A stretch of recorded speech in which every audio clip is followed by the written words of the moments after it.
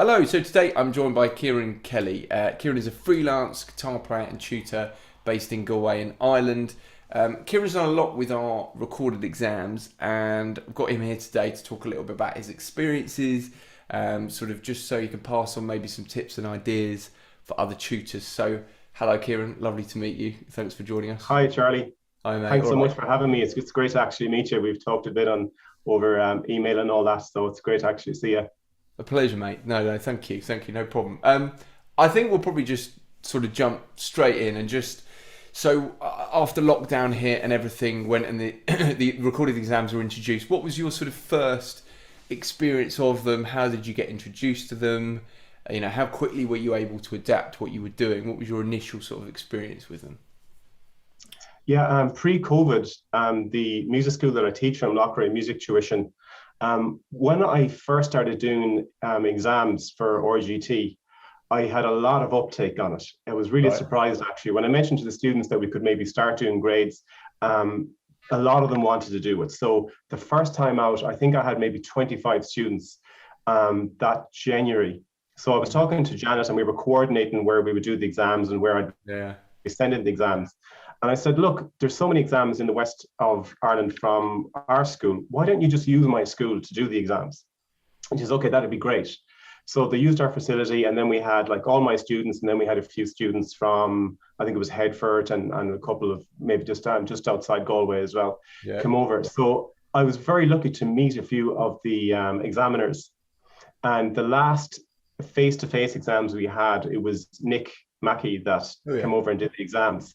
So I kept in touch with Nick after that. So it was Nick that let me know that once things started to close down, he got in touch with me and he said, look, don't worry, we won't have the face to face, but we're going to have the online exams. And he just talked to me a little bit about what that might be. So I was very lucky to get that, that first introduction through Nick, and just that kind of reassurance as well to say, we'll be okay. It's still going to be good. So that was the first I heard of it. Okay. And then after that, I suppose it was just really looking to see how they were going to be done, because we didn't know. I don't even think they kind of knew themselves at the beginning what way it would be laid out, whether it would be just, I thought that it would be like just one big recording, like as if, to simulate a Sure. face-to-face exam. Yeah. But of course, they were great in the fact that they were thinking about the students, and they were thinking, well, look, that's going to be just a little bit too much, so we can break them up into different components. Different files. Yeah. Different files, yeah, which is fantastic for the students. And they really went for it then because, to come into a student first, the pandemic had just started. Everything is all over the place. Mm. Schools are opening, schools are closing. And then for me to come along and kind of going, well, look, now you're going to do your exam, you're going to record the whole thing yourself. And Mm. they're like, what? So Yeah. it was, Cool. you could imagine it was a little bit frightening for them. So it was nice to be able to reassure them and kind of going, look, it's okay. We can do these in little chunks. Yeah. To which the reaction was the complete opposite then. So they were delighted to be able to do that. That's great. Well, it was quite a quick. Well, I don't know. It seemed sort of quite a quick adaptation, I think, for tutors and everybody involved to have to just kind of get on it. And I think there were, initially it's learning sort of like, yeah, how many components and how you do all of it and all that sort of thing. It was good, but you found it to be a positive thing initially. I think, didn't you? You were quite. You adapted to it really well from what I can gather. You mentioned your approach to recorded exams has given you sort of opportunities to kind of adapt or sort of change the way you might teach stuff. So could you maybe just elaborate on how that's impacted how you teach kind of the recorded exams and how that's made an impact on your teaching style or approach? Yeah, I think the London College of Music really thought about the way that they would present the online recordings to the students. Right. So obviously there was a lot happening with the beginning of the pandemic, schools opening and closing, the face-to-face exams gone. So they wanted to make it as easy for the student as possible. So, because when we introduced the online exams first, I wasn't sure if it was going to be one big long recording or if they would be able to split them up. So thank God they decided to be able to do them in 6 different components if you wanted to, depending on the level of the student, how long they've been playing. So this really lent itself to the students being like really up for trying the online exams. I said, look, it's just going to be one component. It'll be a really short video. So that was brilliant for them. And it was made it like teaching them much easier as well. Yeah. So that was really, really good. So I think it was very well thought out. Yeah. So that kind of lent itself then as well to also kind of maybe dive in a little bit deeper than we might do for the face-to-face. Going into a face-to-face exam, and they know that they're going to have 15 minutes of performance, whereas with the just one component video, we can really concentrate on that. So if I can give you an example, maybe parts of the guitar, you could probably get away with saying, this is the saddle, this is the nut. I was like, why don't you tell the examiner that you understand what they do, that the saddle gives height to the strings off the fretboard, which is called action, which is explained in the book as well. And on the other side, you've got the nut, which does the same thing. And the nut also guides the strings into the machine heads, which kind of shows the examiner that you haven't forgotten from your grade 1 that you had the machine heads as well. So it just, the online really lets, and they're really up for that. Whereas with the face-to-face, we can't go into the theory too much. They're so busy with after school studies and sports and everything. They kind of just want to get the stuff done for the face-to-face. Whereas these onlines really let us go in, and they're totally okay with that. Yeah. So they're kind of like, and they want to show that they have learned the stuff as well. So it's just kind of some examples about how you can, I'm just going to put this on silent, sorry, about how you can use the online exams to our advantage as tutors. You know, it's up to us to really look at it and see, well, how can I make this work for me and work for the student as well. Yeah. So you're sort of elaborating really on all the subjects, which is great. And I like that thing about kind of just talking. I mean, things that this is an aside from RGT, but just talking a bit more about like what the bridge actually does and what the nut actually does and why that's important. And you could extrapolate that across all the grades, of course. And it's interesting that you take that approach. There's a lot more to it, isn't there? So that's that's a really and I suppose it is that opportunity. I mean, they lay it out there for you to kind of go like, what is this part of the guitar called? It's up to us to let them, to tell them like what it actually does as well. And it's good for them to learn the guitar as well. To learn how it functions, from a basic level. I think that's right. That's great, mate. Thank you. I think there's a lot that could be done with that, and there's a lot. We could sit here all day and go through each element of the exam and kind of talk about how that could be extended. But I think with that initial idea, you could do so much more. If I can give you another example, say for the melody of Tall Highlanders in grade 3. Oh yeah. Where we have one of the questions is, what key is the song in? I think the answer is something like the melody was written using all the notes from the key from the A major scale, right? Except for in bar 28, there's the note G. And you could maybe explain where that came from, because in their grade 3 as well, they learned the Mixolydian scale. Yeah. So you kind of get to just give them some content as well. You can say, well, why don't you show the examiner that you still know the A Mixolydian scale? And say, well, that's the note G there. That's the note that was borrowed in bar 28. Okay. But it's just, whereas before it'd be kind of hard to do that, because once you kind of go off tangent, they kind of go, can we just like kind of get the piece done? Yeah. As opposed to kind of going off into, I don't need all this extra information just to get through the face-to-face. Yeah. So I think a lot of what you're saying is, I mean, any grade book, any book really will give you can sort of learn these things by numbers, but actually in my opinion, what a good teacher will do is take the information and kind of elaborate on it and make it and link it together and make it all part of kind of actually learning music rather than just sort of learning by numbers, because a book can only give you so much. In a way. And the book, and these pieces they're written so well. It's almost like they're specific designs, almost kind of going, in say like Misty Hill, where you have those you have all those partial chords. It gives you an opportunity to talk about, well, look, in every key there's a certain amount of chords that belong to the key, and actually all of these represent, they're kind of like just partial chords, bits of chords in the key V minor. That's D and that's B minor, and they're kind of going like, oh yeah, okay, so just and then when we come back, like when you finish the exams and when we do talk about chords that belong in keys, they kind of go like, oh yeah, I remember that from Misty Hill, so it kind of makes it a little bit easier. So there's a lot of opportunity there to kind of to address the theory, but in a really practical sense, when you give them complete context with melodies like that. So thankful to the college for choosing the content that they did for these books. They're really excellent. Cool. Well, it's good you were able to elaborate in that way. I think that's really great stuff. I think that's really useful. I think, all right, well, if we could probably talk about all of those all day and all the approaches and stuff, but there's some great ideas. I think moving on to the sort of the actual recording of the entries of the students ready and they're ready to go and you're advising them how to record. How do you approach that? Because there's a lot of kind of technological things that people might have to overcome. Maybe some tips from the perspective of a tutor or a student or both or whatever on how you would go about recording your entry and getting everything right.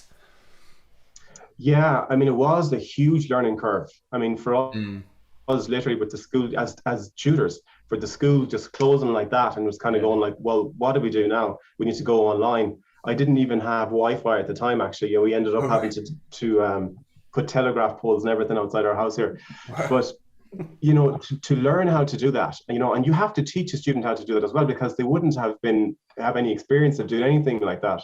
Yeah. So I was getting a couple of videos back at the beginning and there would be a camera and you might see like this much of their guitar, and not this hand at all. So I think one of the most important things is like really follow the guidelines laid out by the college with regards to what the examiner needs to see. So the examiner needs to see you and both of your hands and, this much of the guitar at least. Yeah. So definitely that would be a good starting point. Okay, just to make sure that you've got fairly good lighting as well. Obviously in a dark room, you can't see the strings, so the examiner can't see where your fingers are. So it's going to really help. So the more they can see, the easier you can make it for them, I think the better it's going to be for the student. You want it to make it like as easy as possible for the examiner. Yeah. I think also what I was getting was with recording different components, the student might come in and just start playing. And then when they were finished, they would just stop it. Yeah. Yeah. Okay. And I was like, that's really unsettling. And I think I don't examine students and I don't know really anything about the process, but I do know that if you were on the phone with somebody, you don't really end a conversation at the end of a sentence. You say like goodbye, right? So I was kind of going, look, maybe just introduce yourself, say hello to the examiner. My name is Kieran Kelly. Today I hope to do well on my grade 3 melody. And then at the end go, thank you for listening. And then press stop. I just think it makes it just a little bit better. Yeah, I agree. And also the orientation of the camera. If I can show you this for a second. Yeah. This usually works. When you're recording, if you have, if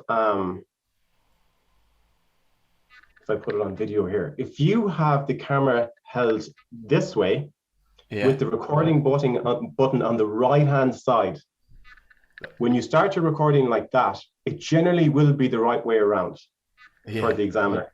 Because again, I was getting, you don't want to be starting like that. I imagine it's frustrating for them. I'm sure they have facilities to rotate them at this stage really, really quickly, but it's much easier, right? If they just start the video and absolutely, it's already in landscape and you're the right way around. Yeah.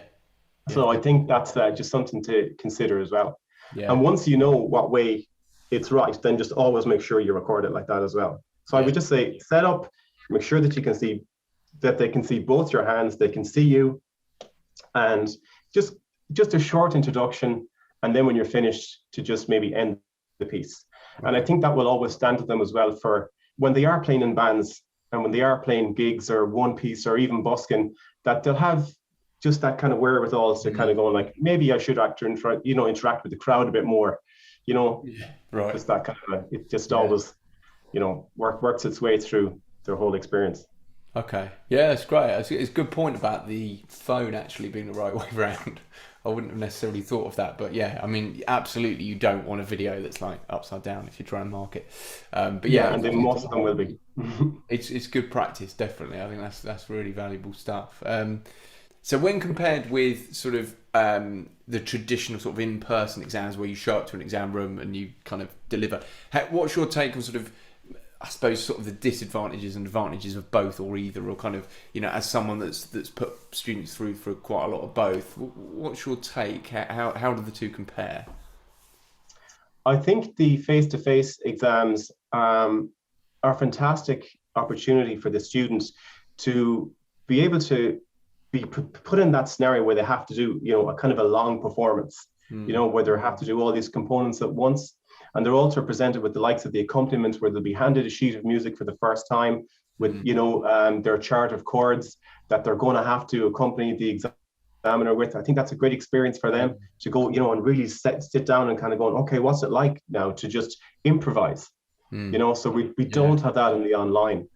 But with the online, I found as a tutor, what was happening was, first of all, they were quite excited about the opportunity to just do the one component at a time. Yeah, right. They started practicing like crazy because they were saying, well, if I get this one done, can I do another one?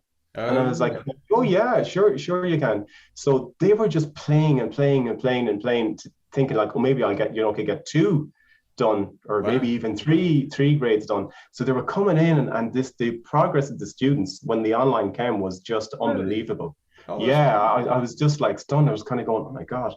And this, of course, there's no time limit, is there? So I suppose actually, it's a good point. They don't have to wait till the spring. They just get it done. Yeah. Exactly. Exactly. But suppose from their point of view, they were thinking, well, how long will we be able to do the 6? And I was kind of going, look, they could change it. We might, they might just bring it down to maybe 2 videos or 3 videos. I don't know. And they were kind of going, but it's still 6 now, right? they were just going away and practicing. So it was brilliant because, as I said earlier on, like the pandemic had just started. Things were all over the place. As a tutor, I was thinking, I don't know how this is going to affect, teaching and them learning as well. So I was just delighted that they were playing a lot. So that was a huge advantage for the online exams for me. Yeah. Okay. That's brilliant. Yeah, it was great to hear. It was just interesting to see that happening. Yeah, so much great to hear that there was so much playing going on. I mean, that's brilliant. As you say, you don't have to wait till the summer. You can just do it when you're ready, sort of thing. So, and I suppose people weren't doing anything during the pandemic, so Yeah, and again, that's another way as well. I mean, the students will ask you, they kind of go, do you think, you're working on a component, they're kind of going, well, I recorded, and I was kind of going, we need to just work on maybe this little section. I kind of going, okay, Charlie, that's perfect now. You can record that in your own time whenever you want. Yeah. So, that's a lot of, so they know once they start the recording, you're already in the mindset, like, I know I can do this now. Yeah. And, it's just a matter of kind of getting it a few takes.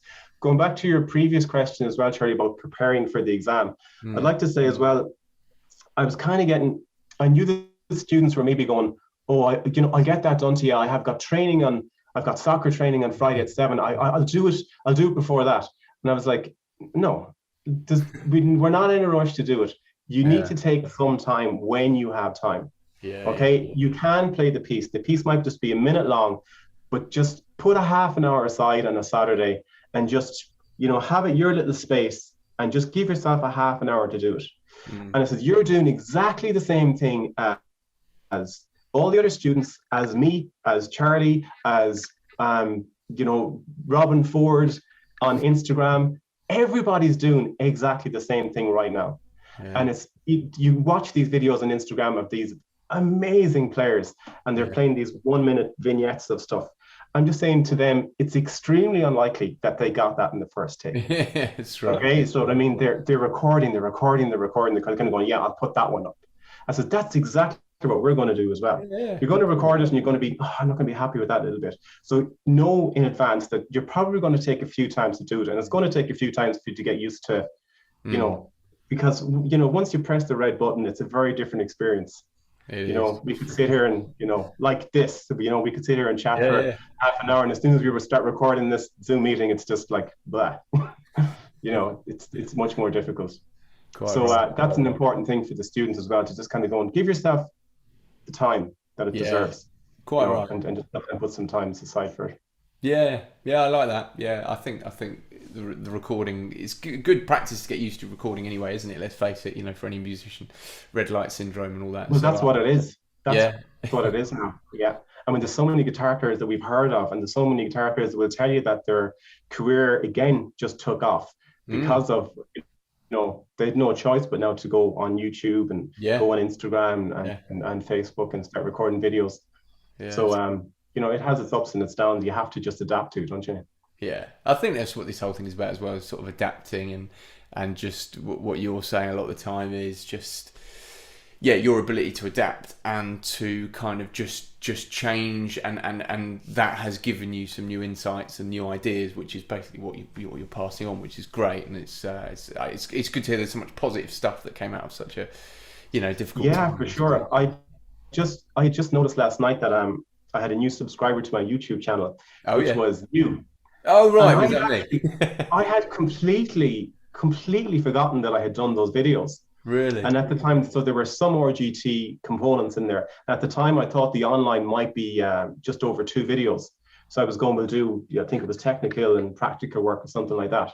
But I'd forgotten, because I literally done that in such a panic, Really? because when everything closed, it was like, what do we do now? Yeah. How do we stay working? How do we stay teaching? And it was just that like frantic learning everything, setting everything up, buying cameras for here. I didn't even have there's no camera with my computer, so I had to go and buy cameras, and just thinking about how I was going to get it done. And it was just when I seen that you subscribed, I was just, oh my God, I remember doing those videos, and it was just, yeah, we learned so much over this pandemic. And now it's just like recording is kind of going like, oh well, I'll do something for myself now, or my own page. Yeah. And getting to chat to people like you as well. It's great. Yeah, it's forced a lot of people just to adapt and get to it, really. So that's a good thing, I think. But yeah, brilliant, Kieran. Thank you very much. I suppose I was just going to ask about, particularly looking at that beautiful set of guitars that you have to your left, just about your sort of teaching practice in your business, and I'm assuming you do or will be doing, if you haven't already, in-person lessons, and kind of maybe just a little bit about the background of what you do and your teaching practice and setup. That would be great. Yeah, we've been really lucky. I've only been closed really from when the pandemic started. Initially, I think we were closed from that March to September. We've been able to stay open pretty much the whole time over here. Right. Because it's in music school, and because we do state-bodied exams, like we do like Junior Cert, Leaving Cert. This would be like your GCSEs. GCSEs, yeah. Yeah. So the equivalent of that. So because we teach those exams, the students obviously, need to prepare for those exams. So we were able to stay open, and the schools have been pretty much open here the whole time. So I haven't had to go online that much. There's a little bit here and there. So the face-to-face has been happening predominantly, which is fantastic. And the school itself is based in Loughrea on Bright Street, and it's called Loughrea Music Tuition. So we have a fantastic drum teacher there, we have a fantastic piano teacher, and we've just got a new tutor in as well, teaching ukulele and some vocal lessons as well. Okay. So just a fantastic facility there for the vibrant town that is Loughrea in Galway. Right. And we've been there, that school is, I think we're into our 8th year now, I think. Great. Brilliant. Oh, that's fantastic. Okay, well, it's good to hear you've been able to be open and stuff, and that's great. Yeah, it's been fantastic. Yeah, thank God. Long may that continue. All right. Well, that's. I think we've covered a great deal there, and I really appreciate you sort of some great insights which people will be able to pass on. So thank you very much for giving us your time, Kieran. It's been brilliant. Oh, thanks so much for asking me, Charlie. It was an absolute pleasure to meet you, and great to get to chat with you. Lovely. Thank you, Kieran. All right. Well, take care, mate, and we'll catch up soon again. Thanks again.